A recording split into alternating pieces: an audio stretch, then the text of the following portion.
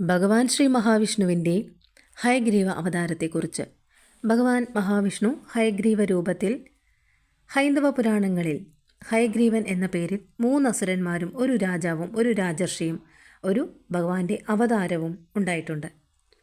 വാൽമീകി രാമായണത്തിൽ ഹയഗ്രീവൻ ഭഗവാൻ വിഷ്ണുവിനാൽ കൊല്ലപ്പെട്ട അസുരനും കശ്യപന് ധാനുവിൽ ജനിച്ചവനുമാണ്. എന്നാൽ വേദം മോഷ്ടിച്ച മറ്റൊരു ഹയഗ്രീവനെ മത്സ്യാവതാരം പൂണ്ട് ഭഗവാൻ വധിക്കേണ്ടായി. മഹാഭാരതത്തിൽ നരകാസുരൻ്റെ രാജ്യം കാത്തു സൂക്ഷിച്ച അസുരൻ്റെ പേരും ഹയഗ്രീവൻ എന്നായാണ് പറയുന്നത്. ഈ ഹയഗ്രീവനെ വധിച്ചത് ശ്രീകൃഷ്ണ ഭഗവാനാണ്. മഹാഭാരതത്തിൽ തന്നെ ഉദ്യോഗപർവത്തിൽ ഹയഗ്രീവൻ എന്ന രാജാവിനെക്കുറിച്ചും പറയുന്നുണ്ട്.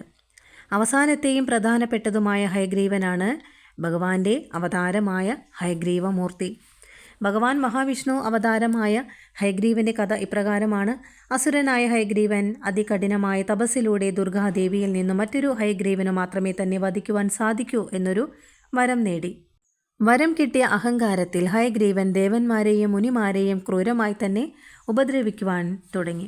അങ്ങനെ ഈ അസുരൻ്റെ ഉപദ്രവങ്ങളിൽ നിന്നും പൊറുതിമുട്ടിയ അവർ ഭഗവാൻ സാക്ഷാൽ മഹാവിഷ്ണുവിൻ്റെ ചരണങ്ങളിൽ അഭയം പ്രാപിക്കുകയും അങ്ങനെ ഹയഗ്രീവനുമായി ഘോരമായ യുദ്ധത്തിൽ ഭഗവാൻ ഏർപ്പെട്ടു. എങ്കിലും ബലവാനായ ആസുരനെ തോൽപ്പിക്കുവാൻ ഭഗവാന് കഴിഞ്ഞില്ല. അങ്ങനെ തളർന്നുപോയ ഭഗവാൻ വൈകുണ്ഠം പോകി പത്മാസനത്തിൽ യോഗനിദ്ര ആരംഭിച്ചു. തൻ്റെ വില്ലിൻ്റെ അറ്റത്ത് സ്വന്തം തല ചായ്ച്ചു വെച്ചുകൊണ്ടായിരുന്നു ഭഗവാന്റെ ആ ഒരു യോഗനിദ്ര. ഇതും ഭഗവാന്റെ ഒരു ലീല തന്നെയായിരുന്നു. അങ്ങനെ ഭയവിഹ്വലരായ ദേവന്മാർ ഭഗവാന്റെ അടുത്ത് വീണ്ടും വന്നു. എന്നാൽ അവരുടെ ആ ഒരു മുറവിളികൾക്ക് ഭഗവാനെ നിദ്രയിൽ നിന്നും ഉണർത്തുവാൻ ആയില്ല.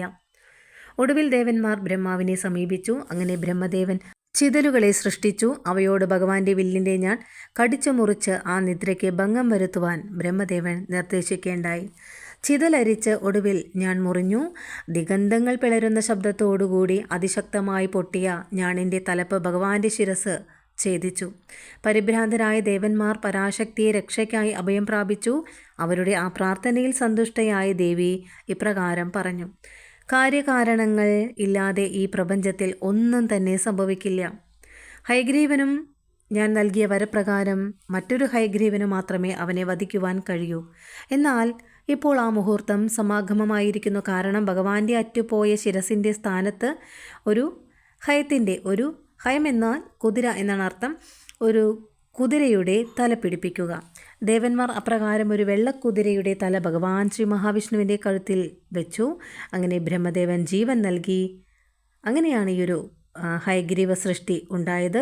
ഭഗവാൻ ഹയഗ്രീവൻ അസുരനായ ഹയഗ്രീവനെ യുദ്ധത്തിൽ വധിച്ചു. ഭഗവാൻ മഹാവിഷ്ണു കണ്ട ആ പരാശക്തി അഗസ്ത്യ മുനിയുടെ ആഗ്രഹപ്രകാരം 1000 നാമങ്ങളിലൂടെ പറഞ്ഞു കൊടുക്കുന്നതാണ് നമ്മൾ കേൾക്കുന്ന ലളിതാ സഹസ്രനാമം.